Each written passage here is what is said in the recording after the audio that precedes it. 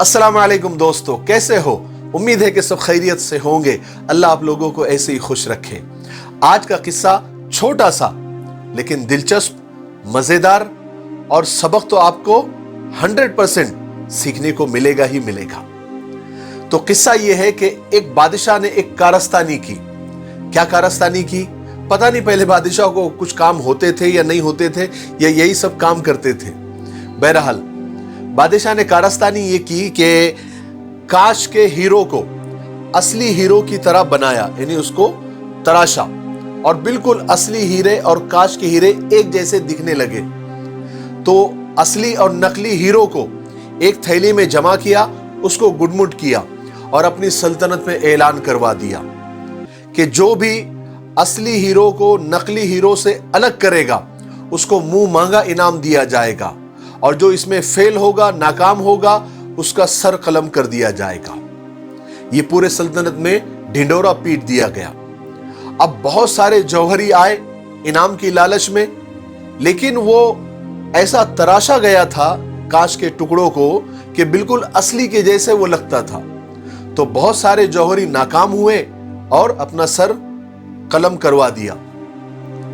लेकिन एक दिन ऐसा हुआ कि एक अंधा, उसने बहुत शोर सुना इस बात का, तो वो शाही महल में हाजिर हुआ, झुककर सलाम किया और बादशाह से कहा कि मैं असली और नकली हीरे अलग कर सकता हूं। तो बादशाह भी हंसा, सारे दरबारी हंसे कि बड़े बड़े आंख वाले, बड़े बड़े जौहरी ये काम नहीं कर सके, और तू अंधा होकर, तुझे आंख नहीं है और तू ये काम करेगा, असली और नकली हीरे पहचानेगा?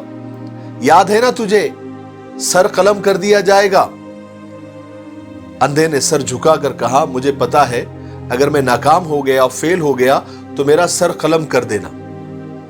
बहरहाल बादशाह अंधे का कॉन्फिडेंस देखकर तैयार हो गया। उसके हाथ में वो थैली दे दी असली और नकली हीरो की। वो अंधा थैली लेकर महल के बाहर चला गया। कुछ लोग उसके पीछे भी गए कि क्या करता है देखने के लिए। वो थोड़ी दूर पर गया और थोड़ी ही देर में वापस आया, तो उसके एक हाथ में असली हीरे और एक हाथ में नकली हीरे थे। बादशाह से कहा कि ये देखिए, असली हीरे हैं और ये नकली हीरे हैं। तो सब हैरान। तो बादशाह के जो शाही जौहरी थे, जब उन्होंने चेक किया तो उन्होंने बादशाह को कहा कि अंधा सही कह रहा है, इसने बराबर असली हीरो को अलग किया है और नकली हीरो को अलग किया है, यह इनाम का मुस्तहिक है। बहरहाल उसको इनाम दे दिया गया। लेकिन बादशाह बहुत हैरान था, उसकी हैरत की इंतहा नहीं थी। वो ये सोच रहा था कि जो काम आंख वाले नहीं कर सके, जौहरी नहीं कर सके, वो एक अंधे, एक नाबीना ने कैसे कर दिया। बादशाह ने उस अंधे को करीब बुलाया और कहा कि भाई ये बता कि तूने असली और नकली की पहचान कैसे की, तू तो अंधा है। तो अंधे ने कहा, ये तो बहुत आसान है बादशाह सलामत। मैंने हीरो की थैली को लेकर कड़ी धूप में गया और वहां पर हीरो को सबको खोल दिया, इन थैली को उलट दिया।